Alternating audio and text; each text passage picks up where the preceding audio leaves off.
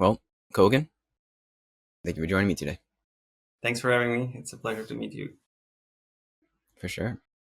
So, yeah, getting this thing started, would you be able to give us a little bit about who you are and what you do exactly? Mm. Yeah, that's kind of. I don't know if it's a cheeky question, but it's a tricky question because you could respond to that from, you could say, first person perspective and third person perspective, right? And the first person perspective is kind of interesting because, I mean, you might be experiencing that too. It's like I can't find anything of, who, right? It's just non-existent in my experience. So there's just reality. And equally, I can't say I'm doing anything because first thing is absent. So the doing of some agent and someone who is doing something is also absent. But from the third person perspective, which, I guess that's the usual way in which that question would be answered. I was ordained as a Zen Buddhist priest, and lived for most of my life, in adult life, in that kind of form. And I guess I'm, a humble student of truth and servant of, whatever I encounter. And some people ask me some questions. I sometimes reply to them. Sometimes I run some retreats. But yeah, kind of in Zen, there's this expression of kind of cloud water, which means someone who just travels and doesn't have a abiding place. So I'm kind of cloud water monk who just wanders here and there. I like that. The Cloudwater Monk. Yeah, this classic sort of Zen expression for that. Yeah. Hmm. So, what was it about the path of Zen that appealed to you? Do you Yeah. remember? Like, could you get into that? Yeah. I was raised in Poland, which, when I was a kid, it was still communism, but then it changed into capitalism. And that period of time was also pretty topsy turvy over here. Like, Polish people had this collective dream of freedom, right? Like, if only we'll get independence, because for 150 years they were not on the map. So there was this collective dream, like the whole consciousness, whole psyche of the nation was concentrated by this one single thing: liberation, political liberation, and they thought this equals happiness, right? So Hmm. when communism finally fell, and since basically late 1700s, there was no period of, except for the 20 years between the two wars, there was no period of freedom. Finally, it came about, and everybody was just kind of completely disappointed and devastated by this, because it was nothing changed. Like, we didn't become more happy. We just had some collective dream about happiness, but we still have our, our karma and everything that it involves, and conditioning, and victim mentality, and collective trauma and all those things. And here we are. It's even crappier than it was during the communism in some way, right? Hmm. So during that kind of really gray and odd time, definitely psychedelics played some part in kind of opening up to something, beyond the kind of hustling of living in the projects and trying to kind of go by. But I would say the Zen specifically, it was, I was exploring, just trying to find any books that were translated to Polish. And I found Alan Watts's The Way of Zen. And it Hmm. was really impactful, because I could sense that there is some freedom that those, Zen masters are expressing. He was quoting a lot of teachers from Tang Dynasty, Chan in China. So it's, more than 1500 years ago.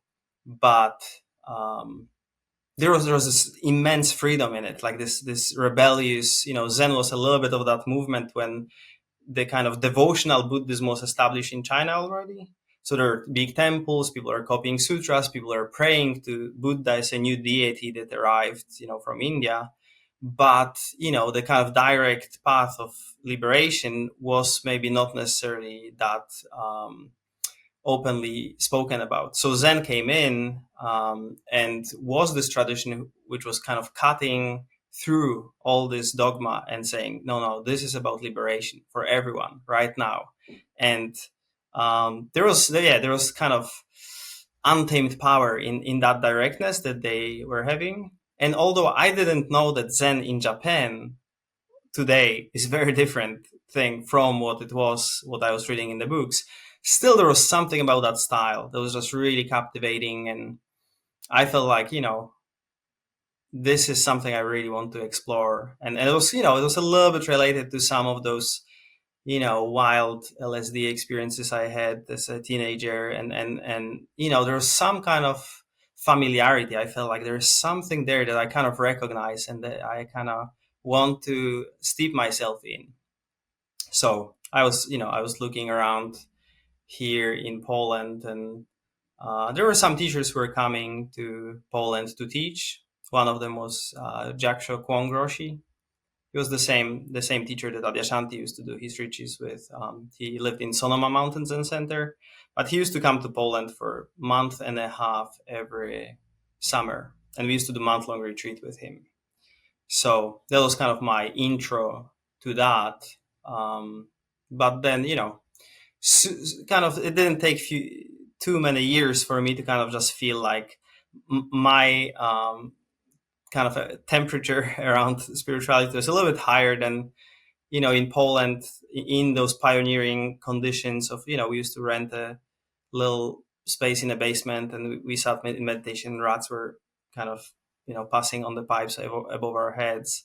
But there was not like residential places that you could actually completely immerse yourself in that practice. So since I was trained in music and my reference point was music, that like if you want to be a real musician, just go to the music conservatory. Like you have to really go for the real thing. And if of course now I see that that's not necessarily necessary or needed, but at the time I just felt like if I want to study Zen, going to Japan is my best bet. So I packed my bags and went to Japan. Yeah. Awesome. And here you are now Yeah. Yeah. on a podcast talking about it. Yeah. Well, beautiful. There's so much in there. I gotta hone in on where we can take this.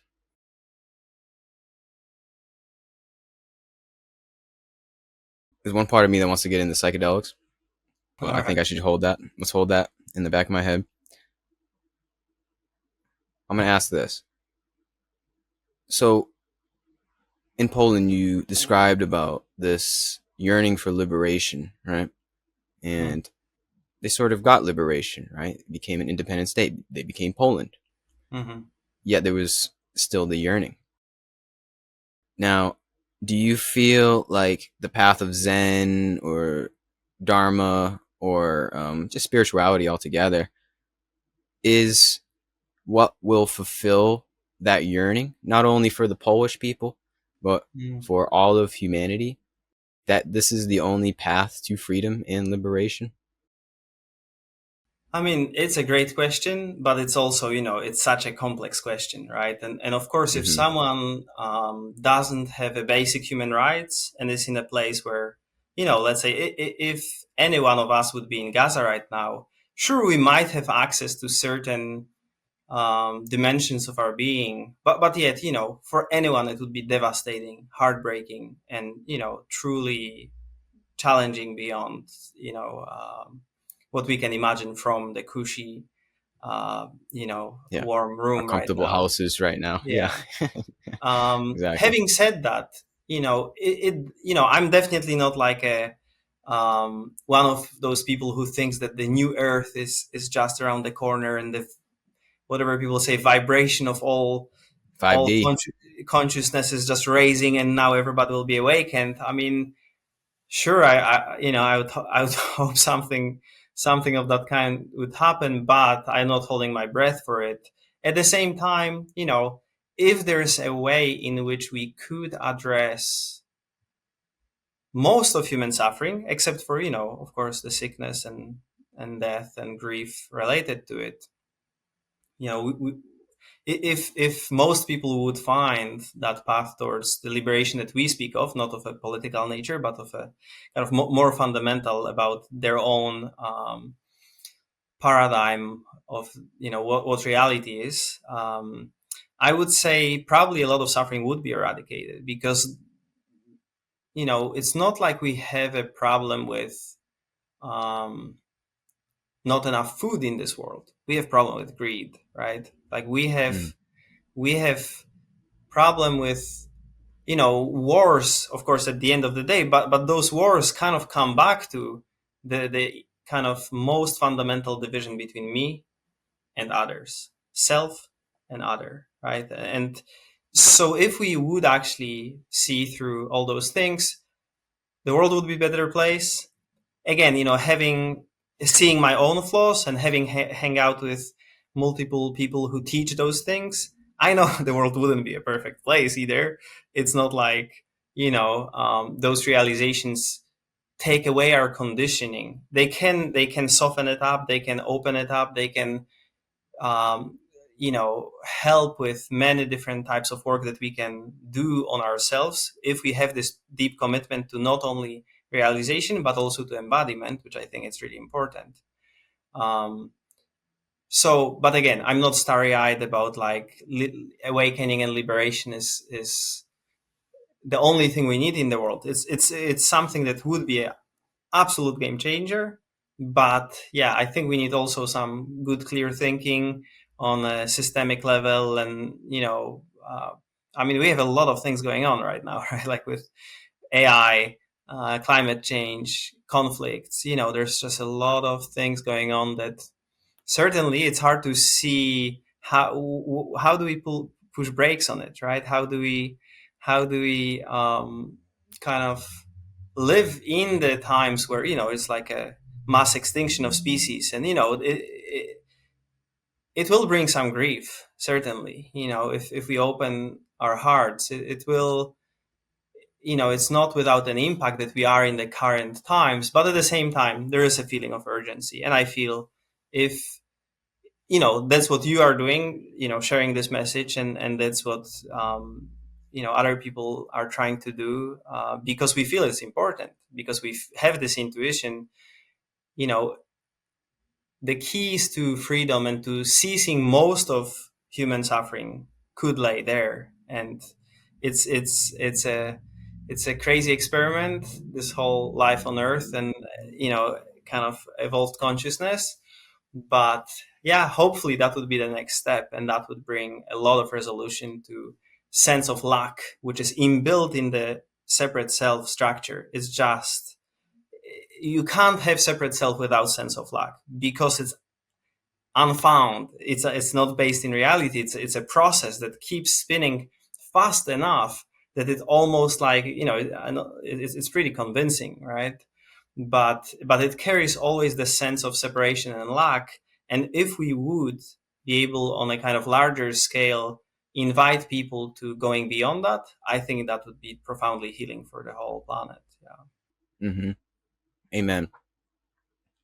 I mean, I don't see any other way than the reorientation and the re-examination of our being to Mm, see our nature, see our true nature. yeah. And echoing your point, yeah, it's not like it'll all be resolved overnight. That's the Mm, thing too. But I think gradually, all of us waking up little by little will lead to this new earth, lead hmm. to this higher frequency, whatever you want to label it as. And I don't think there's any other way. Like, we have to see, at a practical level, it's just seeing that we're all in this together.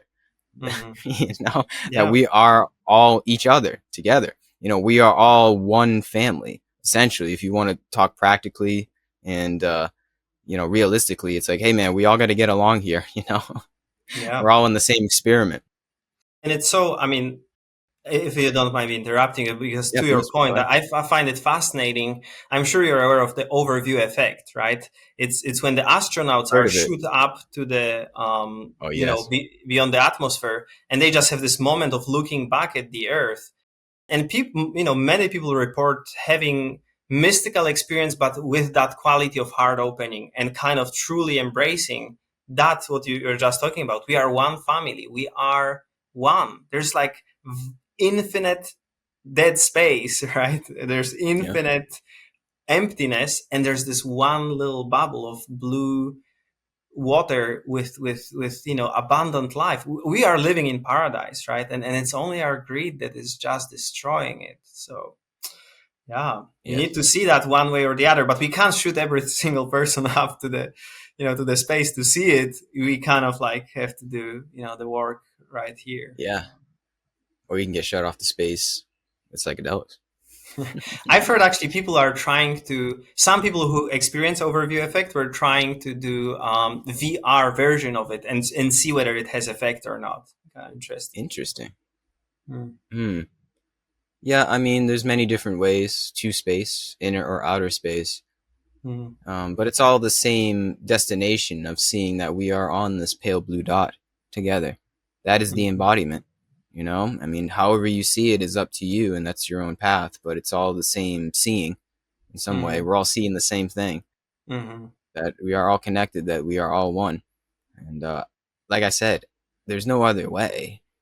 Mm. And I think that's like the foundation for true change, for how all of this change will come about in our world, is us seeing, first of all, that literally I am you and you are me.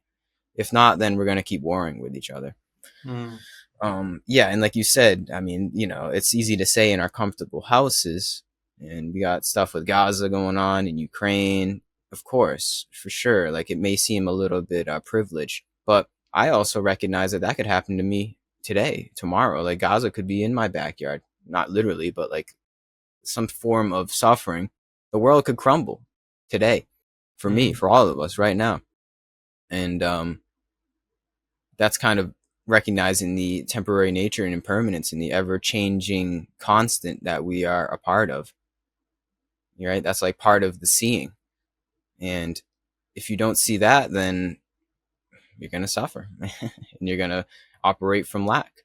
So, with this foundation of seeing, again, I'm just saying and reiterating my point, there's no other way, because we are, as the Buddha saw, going to get old, sick, and die.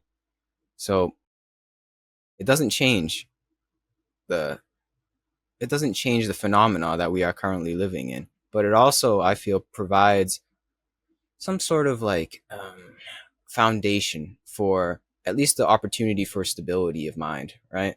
The Mm. Buddhist path, the meditative path, it's like it at least provides opportunity for having a tranquil mind amidst the storm, the eye of the storm idea. Mm. Mm. And that's the freedom. It's not like physical freedom per se. Mm. It's like finding freedom in whatever comes and whatever goes. Mm. Yeah. Yeah, totally. Definitely, yeah. And as you're saying about the unpredictability, I'm visiting now my family in Poland, and just whenever it was, like 2 weeks ago, there were like some drones that came in, and a couple things exploded, and Oh yeah. you never know how I'm kind of in the west of Poland, so it didn't reach the drones didn't come that far, but still, we can't take things for granted, and we should Exactly. really just do our best to be the change we want to see in the world, as soon as Hmm. possible. Yeah. That's the thing, and that's what Buddha was showing us or telling us, is that no one is immune to suffering. Mm. We're all going to go through it. We all have went through it, and we're all going to go through it. So again, there's no other way. There's no other way Mm. but to form a relationship with the Dharma, you could say. Mm. Personally speaking, that's all I can Yeah. attest for myself. Is Yeah. there's no other And way. yes, I fully agree.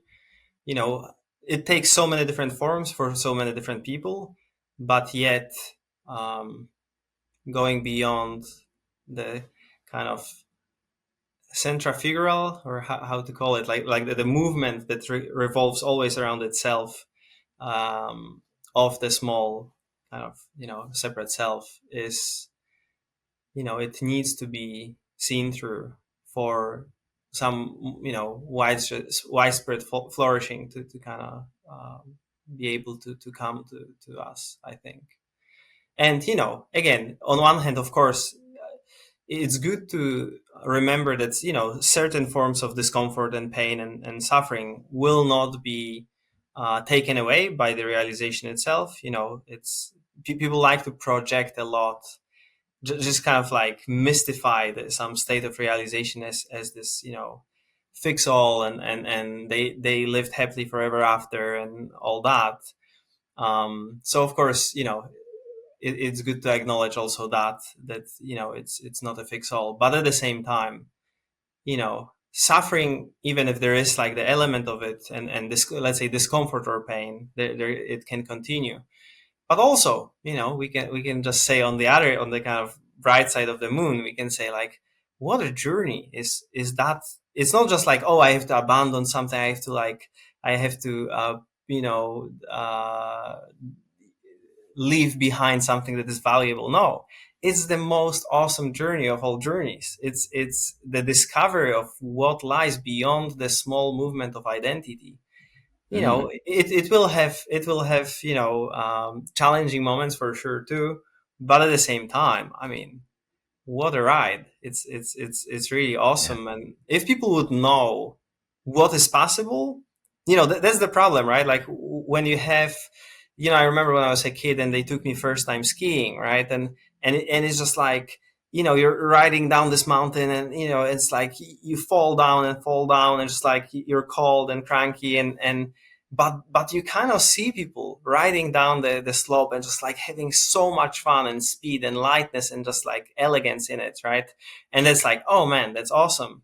Whereas in our line of work, so to speak, some people who have a little bit, kind of, they're more intuitive or open, they could sense when they see someone, some truly realized person. They can sense something like, oh, like I kind of feel there's something different about that person. Yeah. But for the most Hmm. part, you can't really show anyone your experience, right? So it's so easy to underestimate, actually, in the world where now it's like, the mindfulness became kind of mainstream and more corporations are using it. And I'm sometimes actually leading retreats for mindfulness teachers here in Poland.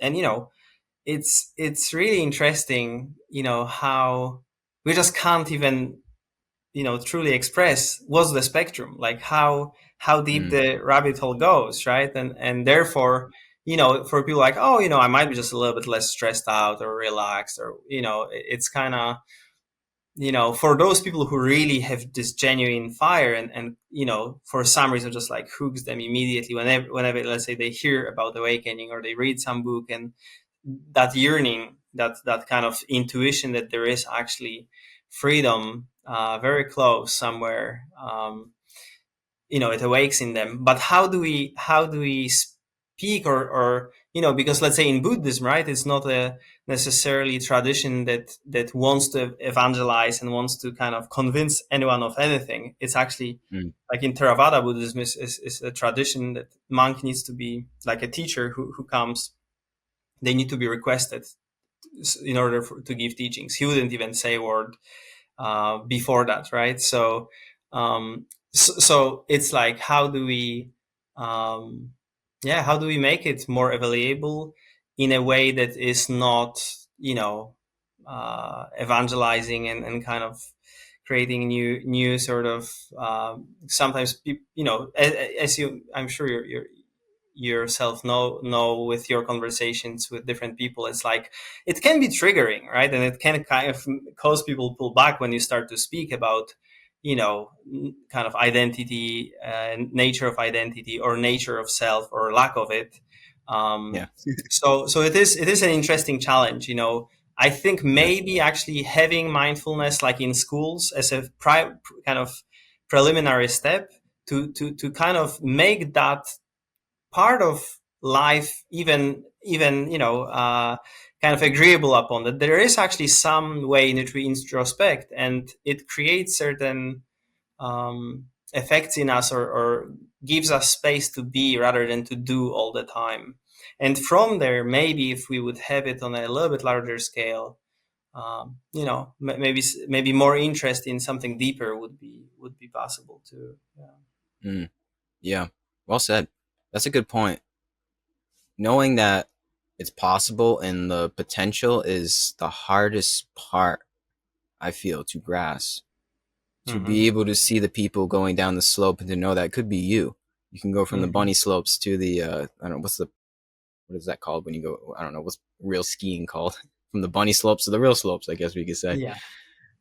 I'm not a skier, but the point is being able to reach that point of knowing that it's realistic is uh it's an interesting dilemma, we could say, that I'm always fixated on in other people and like how they reach that point, because as I said, that's the most difficult thing to grasp for anybody, to know that freedom is it's it's realistic, and it's also attainable, I guess. I don't know, I couldn't think of a better word, but to know that literally it's not just like for Buddha, it's not just for the sages, it's not just for somebody that wears the robes and changes their name. Like, you can become the sage if you want to. You can find this peace if you want to. And what does it for somebody? I'll ask you that. Like, what do you say is like the prime catalyst for somebody to get that spark of inspiration to follow the path? Mm. Yeah, it's again, it's a good question, but it's not an easy question to answer, right? Because it's one of those things that there is no framework for it, right? Like it's simply the reality is fathomless, right? Mm, And there's so many things that are at play, and that's why, let's say, in Myoshinji, this famous Zen monastery in Japan, there's this famous painting that is called uh, catching a catfish with a gourd. And there's this fellow with the gourd, which is this tiny kind of opening here, standing at the river shore, and there's this massive catfish, this alive, powerful fish, and the person is just trying to get it into this tiny hole, right? So there's like mm-hmm. a kind of Zen's kind of metaphor for trying to box it, trying to kind of find some category to put things in. And I think for some people, again, as I was just speaking before, meeting the right person that kind of Yeah. somehow transmits that. And for me, I have met different teachers in my life, and some of them, they definitely I gave me the sense like, oh, there is a path to walk, and it's wonderful. But meeting Tangen Harada Roshi, who was this great Zen master in Japan, he was kind of like, you could say in a modern day, like Ramana Maharshi of Japan. Like everybody who met him is just like, can tell you long stories how impressed they were and how amazing he was. And I remember, yeah, like meeting him was just so impactful. Like it was just, oh my God, like you can realize the truth and embody it in a profound way, like beyond any doubt. And it's just like seeing him as this example. Mm, It was incredible, and I stayed with him for a few years, and until he as long as he was teaching. And it was, so that was really good entry point. Then of course I think these days probably it's still worth acknowledging, psychedelics seem to be some pathway for people to have that at least first glimpse of like, oh wow, like there's something yeah. significantly different than this kind of limited way in which I view reality from day to day. Mm-hmm. And again, of course, we can say it has certain dangers, but in the same way, meditation retreats has their dangers, because Yeah. there, of course, it's not that it never happens that someone has a psychotic episode during retreat based on previous medical history and different instabilities. So that second thing. And yeah, I don't know. I mean, maybe third thing would be like a little bit fake it until you make it situation, Mm, because we all have mixed agenda when we come to it, right? Like we all, I don't know, maybe there are some people who are like way more mature than I was, but I was starting this thing when I was a teenager in high school, and like wanting to be a Jedi or whatever. Like, I mean, not literally, but this is almost like the Yeah. version that we can create Oh in our yeah. mind. What is this thing called enlightenment, right? And Yep. what does it give you? And oh, that's like the whole ego is kind of a little bit like, oh, that sounds cool. I want to be that, right? And but if we are with the right companions and maybe with someone who walked that path before us, I think even kind of the most superficial motivation can with time kind of start to like catch fire. It's like I don't remember which teacher was using that, but it's like putting a log next to a burning log, right? And with Yeah. just you like it or not, but sooner or later you'll catch the fire if you dance around it, right? So Yeah. yeah. Yeah, that's how I see it too. I always emphasize to find the others Mm-hmm. because, personally speaking, that has had the most impact on me. Is just spending time with others that know, Mm-hmm. they know what's up. Yeah. It's Yeah. so potent. It's so powerful. Even if it's through a screen, Mm-hmm. through a camera, there's something so powerful about the right person, the right use of words coming Mm-hmm. from the right person, and even just the presence. It doesn't even have to necessarily be in their words. It's just about the energy that is emanated from a realized being that is doubtless. There's something that, if you're open enough, will allow something to unlock to light your own fire Mm-hmm. inside, right? Um, it's like it's simultaneously like there's so much potential that one can learn from somebody else, but also it's up to you to catch their fire. That's the thing. Is nobody can do it for you. You're the one that has to move your torch closer to the other person to get it lit. Mm-hmm. That's the thing too. Yeah. But on the note of psychedelics too, I think that it brings the potential into oneself, like the realization of the potential into oneself. As you said, opening up the aperture a little bit, seeing beyond the monkey mind and the confined mind that we were conditioned into, and allows you to kind of like step into Buddhahood for a few hours to show you what's possible. So I think that's the greatest service to psychedelics, is they show you what's possible so that you can follow the path of embodiment.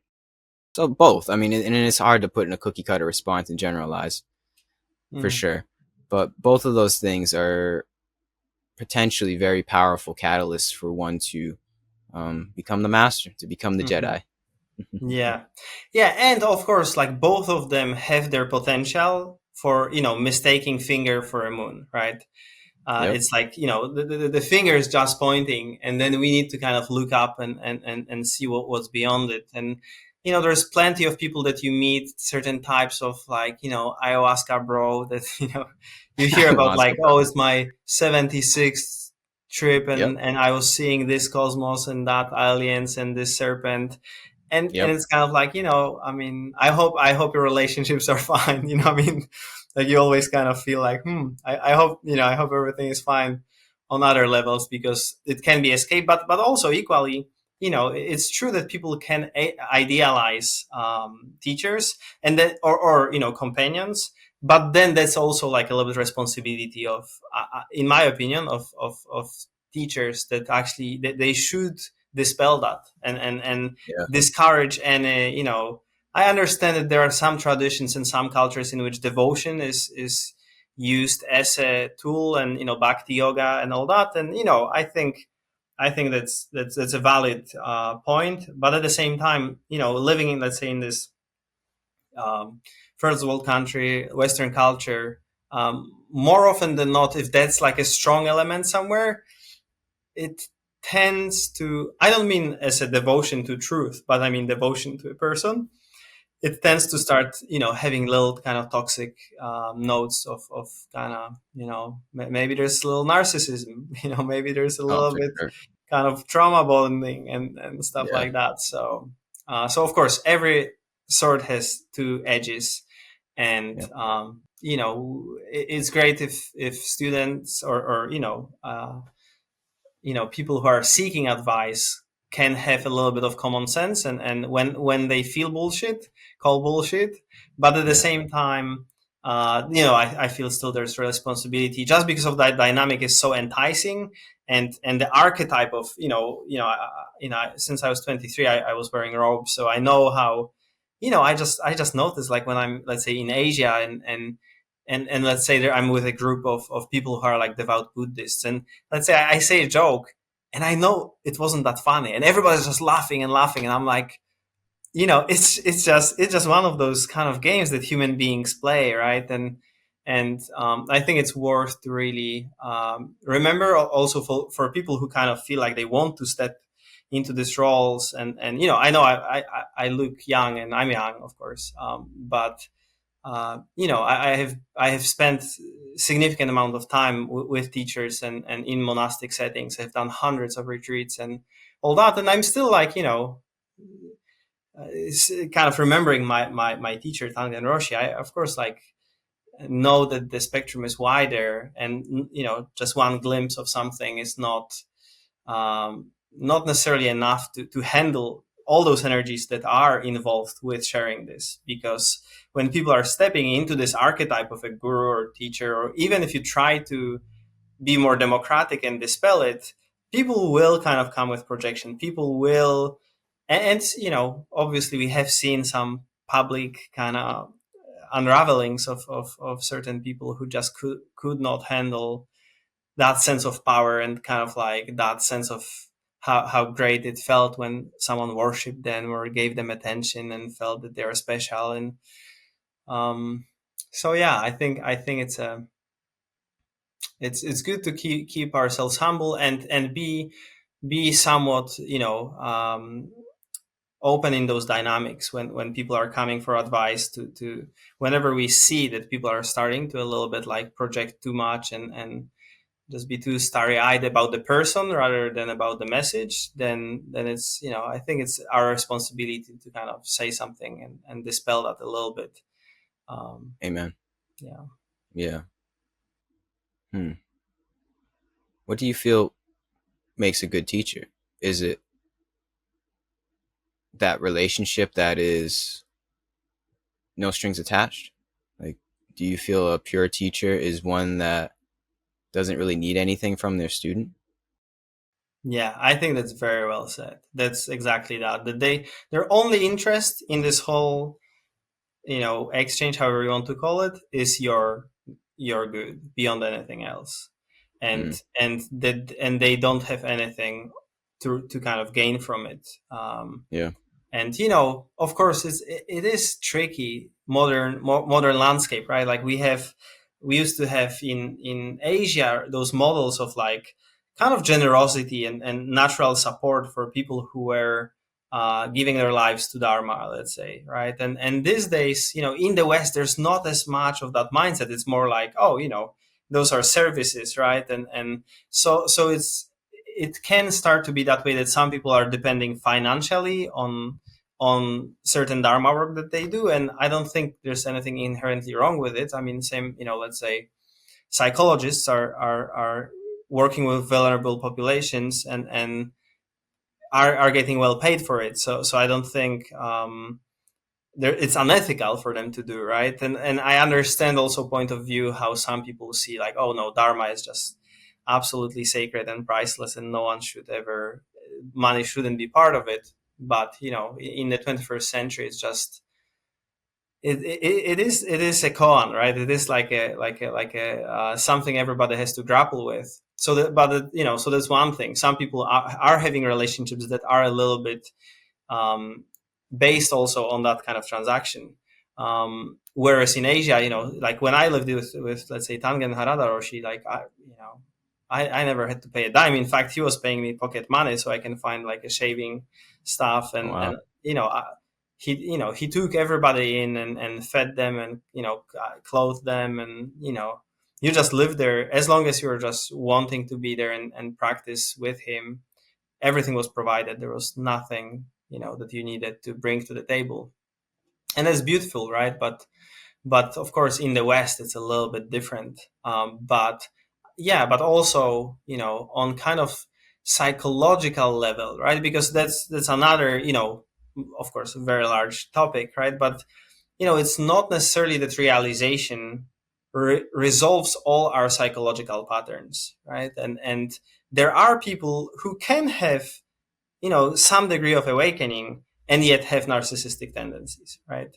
Oh, of So, course. Hmm. so then it's like, on that level, of course, there is some currency, which is praise or admiration or just attention being at the center of it all.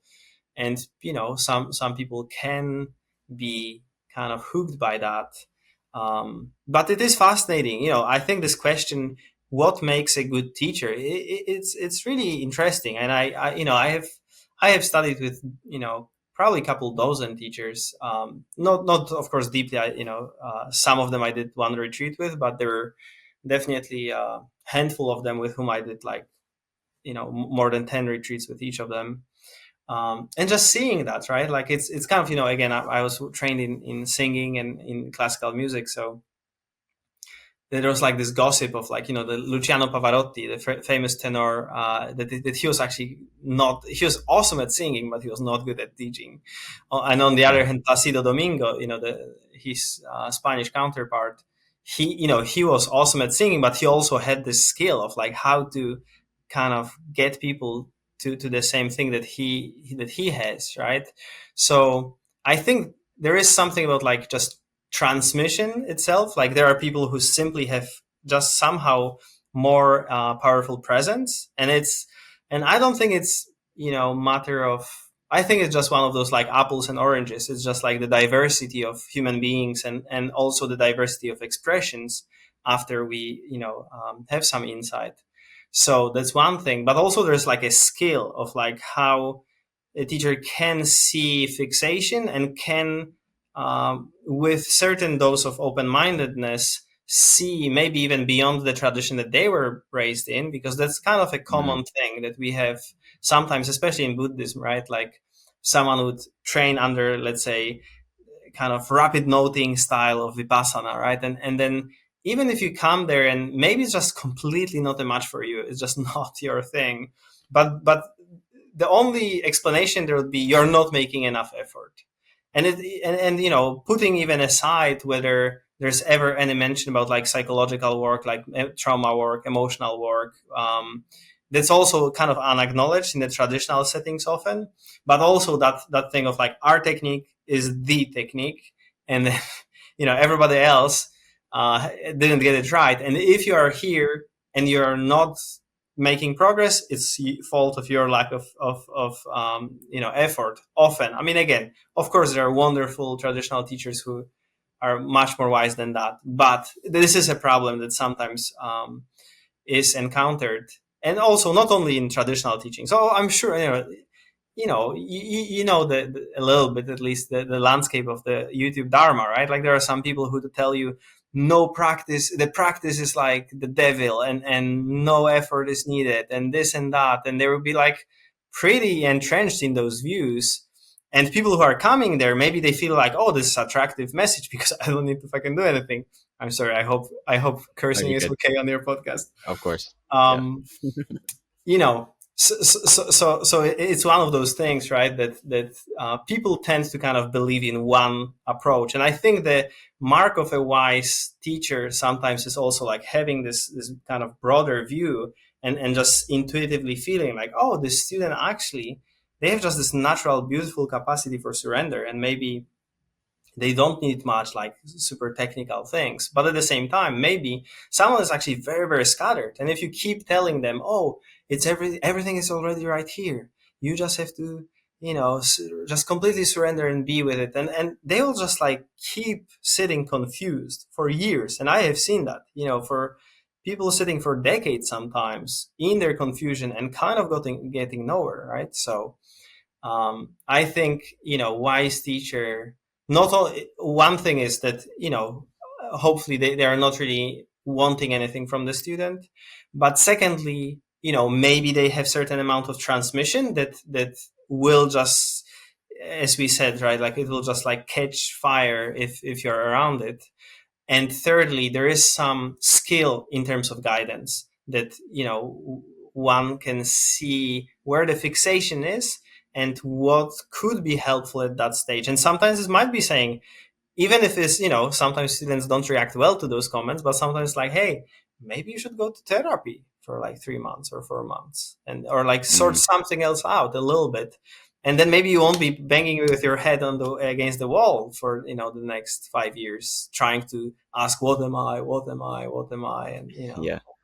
And watching countless YouTube videos, yeah. non-dual That's YouTube. putting even that aside, right? Because that's whole another like a type of thing these days, which was, so I mean, the YouTube was absent when I was starting. So it's kind of interesting to see that whole thing, that people are just like kind of almost mass consumers of content, kind of hoping that just hearing just the right one will pop Yeah, them right. open, right?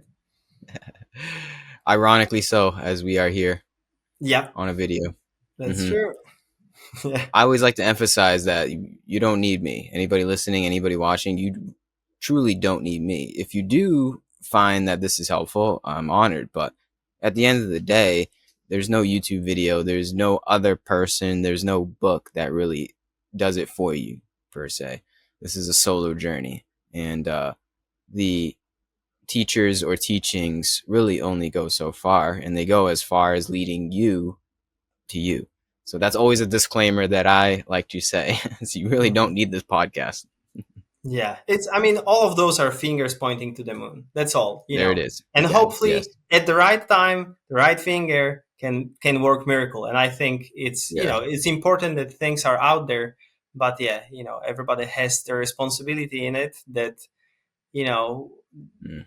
they kind of sometimes people know that they kind of overindulge or kind of bullshit themselves in this way or the other, and kind of being radically honest with oneself is definitely something that will go a long way in this whole process. Mm. Radical honesty. Yeah. Mm. That's tough, though. That's a tough pill to swallow. Hmm. Because, in a way, we're all living a lie. Hmm. It's a commitment, right? It's a kind of northern star that we take, and in the imperfect human ways that we will keep walking and stumbling.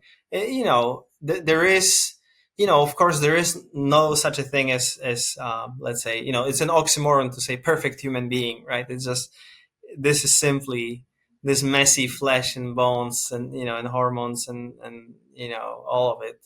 But at the Yeah. same time, it's almost like you could say there's like a line of some unexistent perfection, and then when we start off, it's like the curve is pretty steep how much conditioning we can drop, and then it's almost like it will keep kind of coming closer and closer if we are committed to embodiment. It will never reach there, of course, but I think, the more and more subtle conditioning can be dropping when we really are committed to keep looking what's still fixating, what's still kind of telling a little white lie, or all those things. So even if Mm. we'll never really reach any perfection, there is like a hard commitment to that path of embodiment to Yeah. It's a strange commitment because, on one hand, we recognize that perfection is, or the striving for perfection is kind of pointless. It's kind of, I was going to say fruitless. It's not fruitless, but it's like, we're never going to attain perfection, so why try? mm, We can see that point of view, but on the other side of the coin, yet we don't give up the commitment. It's like recognizing that it is kind of silly in some way to strive for this perfection of being, this ultimate holiness, but mm, yet we still strive for it. We still walk the path. So, somewhat of a joke, but I think that is the path. There's a simultaneous recognition of holiness, perfection, but also embracing the futility of our human condition. That mm, is the middle way. mm-hmm. Yeah, and it's of course, perfection can be such a toxic word too. So it's Of course. sometimes tricky to use it, right? Like people, especially in this, in these times where we all judge ourselves, or like people are. I mean, I'm not part of that whole thing, but people are on the Instagram posting some filters and kind of like, that whole thing, right? Like just goes on and on. So it's maybe, of course, perfection is like this odd word, but it's more like commitment to truth and alignment in this very Yeah. moment. It's not striving anywhere else, but it's actually this commitment to speaking truth, living truth, being truth, and unhooking whatever fixation is still arising. And because it is impossible, Koan. I mean, truly, like living in this world with open heart and awakened mind. It's like, and then you see, like hundreds of children starved to death and bombed. And how can you be, right? Like it's almost this impossibility. It's almost like there is no answer to that other than, on one hand, this old fable of the grandfather walking with granddaughter, and after the storm on the beach, where just like hundreds of thousands of mussels were pushed onto the sand, right? And the little girl is coming up and throwing one to the water and another one to the water, and grandpa is looking like, what are you doing? Like there's like millions of them, what difference it'll make? And she's saying, it'll make difference to that one, and you're just throwing it into the ocean, right? So it's kind of like we have to know both. On one hand, experientially, when our realization deepens, of course, there's like a sense of inherent perfection in everything, just because it is. Everything is perfect as it is. But at the same time, always being, always becoming, right? It's just because we feel everything is perfect, it's not that we'll like turn a blind eye when some harm is being done, and someone needs to intervene, right? Like we need to find in ourselves resource to actually, together with the inherent perfection of everything, but yet see when the wise response is necessary. And this Yeah. is really important, because without one you can fall, I mean, like you can see Yeah. sometimes wonderful, beautiful people who committed their life to service, like let's say in charities that work with refugees or this or that. And but sometimes without that wisdom aspect, and there's just compassion, you can see sometimes, like the real burnout and like kind of anger at the world is like, how is it possible? Like no one is doing anything. It's just like, it can be really challenging. But at the same time, just having the wisdom aspect and being like, oh, or like hiding a certain aspect of realization and be like, oh, everything is just perfect. Everything is an illusion. Therefore, I'll just go to Bahamas, drink, tequila or whatever they drink in Bahamas, rum probably, Yeah. and just like wear shoes that were made by in sweatshops in Cambodia or somewhere, right? I mean, Mhm. yeah, both wisdom and compassion, like when they come together, you're Mm. kind of more balanced human beings. Hmm. It's always both. Yeah. Hmm. Yeah. That's the tough part. That's the embodiment, is the recognition of holding two seeming contradictory points of view and being okay with the contradiction, being okay with the paradox. That's the work. That's the Hmm. integration. Yeah, It's and not easy.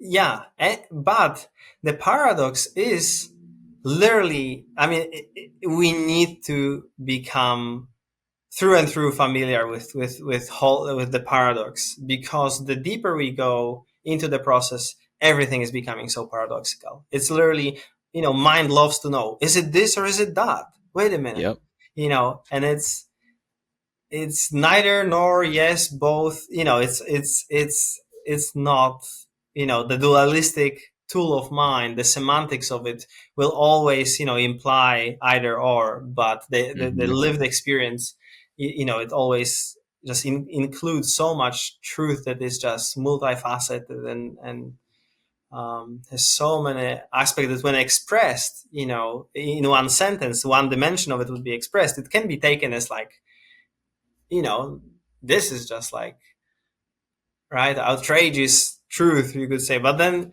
it's like, oh, the same person. Like there's this famous teacher Dogen, who brought Soto Zen from China to Japan, and one of my friends who really is practitioner, but also a kind of deep reader of spiritual texts. He would always say, if you know a quote from Dogen, but you don't know a quote that contradicts it, you means you don't know Dogen, right? Ah, It's I like that.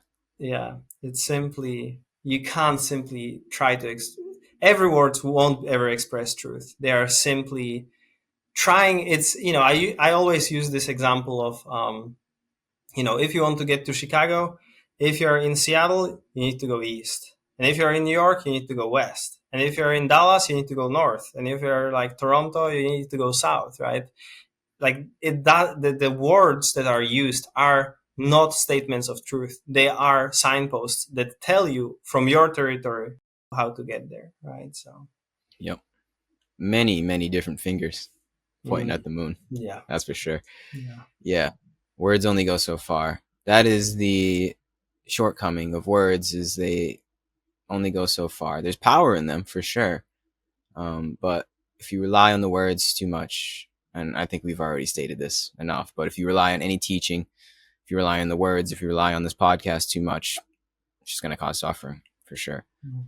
Um, do you find that there is, though, something that is beyond the symbol that words touch upon? So, as we said before, if it comes from the right person, the word will allow somebody to transcend the word, almost like poetry or a Zen Mm. kohan. They Mm-hmm. allow the unlocking of something that is beyond the surface level meaning of the word. Mm-hmm. Yeah, I agree, and maybe in that metaphor was used in a different context, but I think Ramana Maharshi had this beautiful image of kind of removing a thorn from your skin using another thorn, Yeah. right? Mm-hmm. Like, and I mean, I don't know if you've been to southern India, but they have a lot of thorny bush there, so it was very like a daily life example from him, and back then not that every household had a needle, right? So when you got like a thorn stuck somewhere, the best way to actually is take another thorn and just take it out with that thorn, right? So in the same way, in Zen there's this kind of, I guess, concept you could say of a turning word, or like it really can point you beyond all the symbolic representation into the direct recognition of just this, immediate reality. So skillful, if it wouldn't be the case, no one would ever speak about it, right? And even, like traditionally, and of course, I'm not necessarily, I'm more like a practical person that views things rather in a practical um, capacity. The different teachings is just practical pointers, but some people, let's say in the myth of the Buddha, right, when he got this massive enlightenment under the Bodhi tree, he kept sitting there, right, for a full 7 days, because he said, like, no one will ever believe it. There's no way I could say anything and it would bring any result. It's just like, no way. And then the god from heaven, like Brahma, came down after 7 days and requested the teachings. That's what I was talking about earlier. That's the beginning of it, of that tradition of asking for teachings, because the god came down and said, please do teach. There will be people who will understand. And therefore the Buddha got up and started to teach for 49 years, or however long it was. So in a certain way, I mean, whether we believe in gods or not believe in gods, it represents something, right? Like it says something about, like, even someone as realized as him had his doubts, right? Like, is it Yeah. possible? Like, will words actually confuse more people than do any good? But he decided to, and certainly I'm thankful that he did, and so there is a way. And again, I'm not really very poetic minded. I don't get poetry that much, but I acknowledge, I have some good friends who are poets, and poetry is also like a little bit of that. It's not about the literal meaning. It's trying to kind of evoke something that is beyond just those words that are lined up. And I think Yeah. good teachings are like poetry, that are kind of meant. I mean, some of them might be more kind of practical guidance of like how to assemble your vacuum cleaner kind of instructions. But there is a style of teaching too that is actually very poetic, and it kind of just works somehow. It's like true nature to true nature. It's not relying on just those words that were said. It's actually trying to kind of invoke something beyond just the meaning of the words. So Mm. certainly. Hmm. Yeah, I think it's contagious in some way. The Dharma, the Mm. transmission of Dharma is somewhat contagious. Mm-hmm. Mm-hmm. Mhm. And then Yeah. one, like a virus, seemingly has the obligation to spread it, as the Mm. Buddha did. I mean, I don't know, obligation might be the wrong word, but there is this urgency to spread it, or at least try to talk about it. At least from my being, it's like, how can I not at this point? How can I not at least shed light on the Buddha's teachings, or any scripture for that matter? How can I not, because of how much has helped me, how much this teacher or teaching has helped me? It's almost like the Dharma is in one when one elucidates the Dharma, when one at least attempts to speak dharmically, is paying homage to the Dharma itself, Mm. because it's like, it's helped me so much knowing that this is a potential, this is a possibility for me, and this is something that I have lived for the past, I don't know, 5, 6, 7 years. Um, I can't see any other way. I can't speak any other way. It's like I Mm. can't do a podcast about anything else but the Dharma. You know what I mean? When I'm gonna come on here and talk about the Red Sox, like what? You know Yeah. what I mean? So there is Yeah. this contagion feeling. It's not like a contagion, like a bad thing. It's Mm. um, it's just like, how can I not at this point? Mm. Yeah. That's interesting. And I know what you mean. I mean, I myself, I'm generally like more of like a shy person, and not necessarily liking to be like a frontman of a band kind of, like I would probably be like a bass player or like a drummer, in a band kind of person. Yeah. But so, Aren't you a singer? pardon? Aren't you a singer? Yeah, but I was mostly choir, singing in choirs, like, Oh, in I see. opera, or Yeah, not in the lead singer.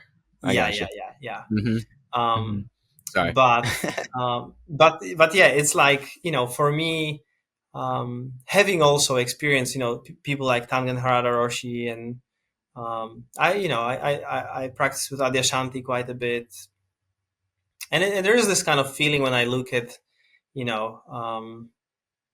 There's so much awesome people just speaking so clearly, and transmitting so well. Who needs me rambling, around it? Yeah. But as you say, it's like each person has a little bit of a different quality. They have their dharma and they have their karma, and there's Mm, some different quality that comes through from each person. Every single person who even putting spirituality aside, right? Like we all have some flavor, some uniqueness, and often the realization process, if anything, it just like makes the paradoxically make the uniqueness even brighter. yeah. Even though we kind of experientially completely lose our individuality. So it felt a little bit like that I was kind of trying to a little bit dodge it, and I was still trying to just like help other teachers organize things, and just I was just happy to be kind of in a kind of from the kitchen, just as a support, and I still do it, and I still love it. But at the same time, yeah, it felt like, oh, there is some debt that I collected by, I lived, I guess, 17 years as a you know kind of bum who only receives donations, right? and Mm-hmm. and and so it feels like, yeah, there's like this, as you beautifully said it, there's this kind of indebtedness to the dharma itself, and kind of just even if you kind of don't want it, you might. And again, there are people who probably stay in the forest or in the cave or in the monastery and just beautiful beings that will just, that's not their necessarily karma and dharma to kind of speak about it. They will just their presence and silence might be profoundly affecting people around them. But for for some people, it's just like, even if you want to wriggle out of it, it will kind of just like give you a nudge. And when the universe gives a nudge, it's kind of, I learned the hard way that it's best to listen. Yes. So yeah. Yes. For sure. Yeah, I believe in one way or the other, it all leads to service. All roads Mhm. lead to some sort of service. And how the service comes about, comes into fruition in our life at a surface level, uh, it's hard to say. There's no general response. There's no cookie cutter response. Some people may be Adyashanti. Some people may have a podcast. Some people may write a book. See, me personally, I can't ever see myself writing a book. That's not my form of service. But some people are so incredibly articulate and eloquent with their words in terms of writing. Hmm. That's their form. Some people may not have any kind of physical manifestation in terms of service. As you said, it might just be sitting quiet in a cave. It's hard to say, but in one way or the other, I think it's all leading to service of the Dharma, service of something actually that is greater than yourself, right? Because we think of service as like literally like you're providing a service, like you're giving Hmm. people haircuts or something like Hmm. that. But Yeah. service has many different flavors, as you spoke of. There's many different ways to serve. There's many different embodiments of service. But we Hmm. all, I believe, this is me speaking, I believe we all have our unique flavor of service that we bring to the Dharma Hmm. Oh yeah. that only you can do. Like, only I can do this. And only Mhm. you can do this, Kogen. And only the Buddha can be the Buddha. Only Adyashanti can be Adyashanti. And only you can be you. I know that sounds so corny, but it's the truth. Only Mhm. you can be you. And we all are, we're a very unique puzzle piece in the puzzle that is the Dharma. And the Dharma is just waiting for you to serve it. I feel it's almost like it's waiting. It's waiting in this empty state for one to serve and embody it. You know, Mhm. without sounding too corny and cliche, it's the truth. We all have a purpose here. Yeah. Truly. Yeah. No, beautiful. I love what you said, and I do feel like service is, it's just, it's almost like what other joy true nature could find than to serve. You know what I Yeah. mean? It's like just kind of rejoicing in its own freedom. That's great. You know, whatever. It's a phase in our realization, and it's awesome. We should experience that. That's healing. But then it's Mm. almost like that freedom needs some ultimate challenge. And it simply means how to embody this human flesh and bones and emotions, and how to be in a world that is lighting up lives around us. You know, Yeah. it's helping in some ways, whether small or big. It's really, and that was a little bit what kind of I loved about Zen, because in Zen, like in Japan, in my monastery, like we were servants, and my teacher also, if a person from a village would come, like he would serve them tea, and like he wouldn't be kind of person on a throne. And of course there are like cultural differences too. When there was this retreat at some point being done with Dalai Lama and some Japanese teachers and some Theravadian teachers, and Dalai Lama was asked to kind of give the incense at the altar and be like a main person. And the Japanese teacher immediately said like, "Oh, I'll be the because always in the ceremonial context in Buddhism there always have to be like a person who attends to the main teacher, right?" And immediately Mm-hmm. the Japanese teacher kind of raised hand. It's like, I'll be in this role." And then his students later were kind of a little bit like, Western students can be a little bit like, why did you like you're like such a great master, like how did you end up doing that? And he said, no, that's very good. In their traditions they are kings, and in our traditions we are servants. We should serve. And of course some people serve by being kings. Like I'm not trashing here Tibetan Buddhism at all. I'm Yeah. just saying, as you said beautifully, we all have some parts to play. And there's, we have our medicine and we have our shadow, right? And we Mm, kind of need to be aware of both, and find a way to integrate all of it. amen. Yeah. And there's no greater honor to serve, I feel. And Mm, it's also like ever ever evolving. It's ever novel in how the service comes about. And it's circumstantial depending upon who I'm serving and how the mm, service comes into my life in terms of what the circumstance is, right?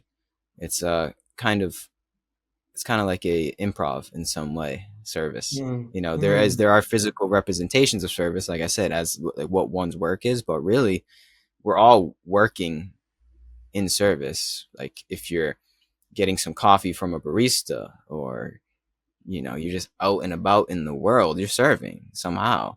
And it starts with just the recognition that that other person is you. I mean, I think we mentioned this in the beginning, but service starts with saying, well, maybe I'm going to take account of that person, right? We're in mm, this together. We're kind of mm, coming full circle here. But the service starts for all of us. We're all the servant in the way of seeing that that other person is seeing from the same vantage point as you.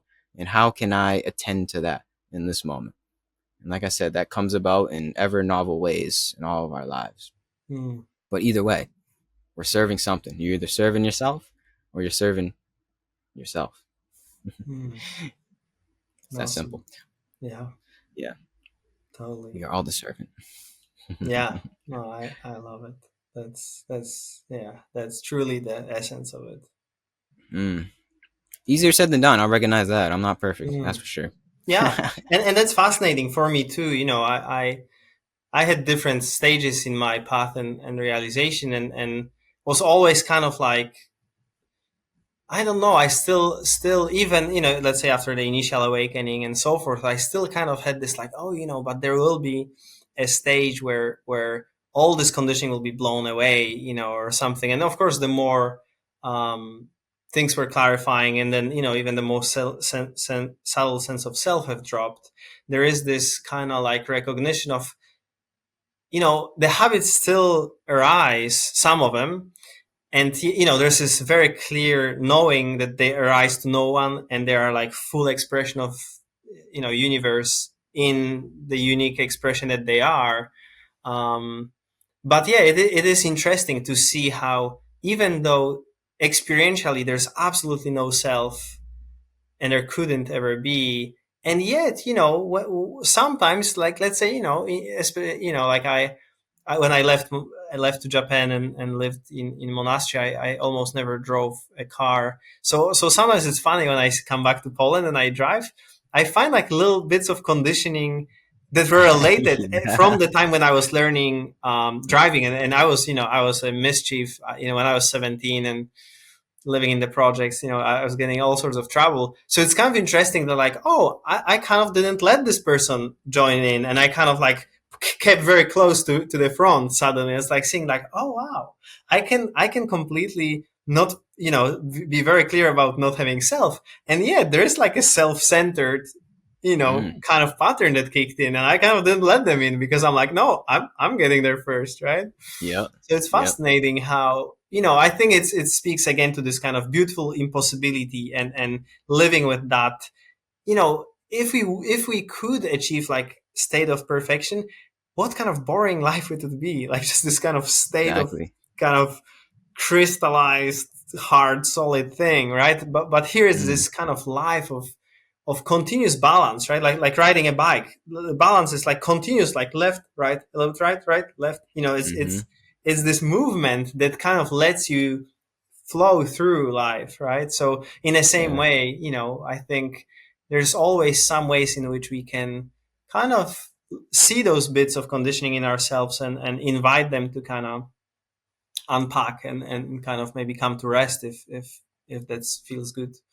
But knowing that will be a work in progress all the time, which is beautiful too. Mm.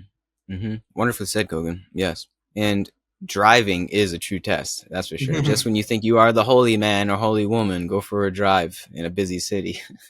Yeah, but it is interesting how those layers of conditioning can be present depending on the time. Because if I drive in Japan, I don't do much. I didn't do much driving in Japan, but if I drove in Japan, it was a little bit different, right? Like it was a different Mm, kind of stratum of my conditioning was playing out, and I was like, I don't know if you experience that yourself, but also with the languages, that's very different. Like when I use, let's say, Japanese, when I use English, when I use Polish, I have a little bit of a different personality. Like the interface, the software, right, ah, is somewhat different. So in Japanese, different I'm code. much more kind of like polite and noble, almost. Like I'm pretty, pretty kind of expressing myself as a very kind of, you know, because I was trained in a Zen monastery, and that was the context in which I was in Japan. Whereas in Poland, I'm not necessarily having that background, but it is interesting how sometimes the conditioning is kind of contextual, right? That Yeah. is very interesting. Yeah, like how do I put this? The effect of language and how you learned your language, what that does to the psyche and the conditioning. I Hmm. only speak English, so I don't know. I know a little bit of Spanish, but not enough Hmm. to change the way I think. So Hmm. that is an interesting thing that I've never dove into, but there's got to be something to it, obviously. Hmm. Yeah, especially Japanese too, because I feel as though, how do I articulate this? I feel as though culture is imbued in the language, right? It's imbued in the region of where the language is. And I know Japanese is all about honor and virtue and Zen. So there's Hmm. got to be something to their language inherently, or at least potentially, that allows one to think differently, Yeah, it right? is. It is very interesting for sure. And there are so many examples. I mean, from the like different layers of, for example, in Japanese, there is no one word that says I. Like in English it's I, in Polish it's ja. Whatever. In Mm. Japanese, depending to whom you speak, you would use a very different word. And if it's a man or woman is saying, there's different word for I. So that's actually a very interesting Really? difference. Yes. So I has a gender. A little bit. The way, like, women, let's say, so everybody who says like just the plain polite version would say watashi as I, right? But then women would sometimes say atashi without the W at the beginning, and men wouldn't do it. But then men, if they are speaking between each other, like people at the similar kind of stratum, they would say boku. But if they are like really kind of speaking very loose language, like kind of, they would say ore. And then there's also like older men would say washi. There's many different words, right? So it changes something, even if we think like, oh, it's just like,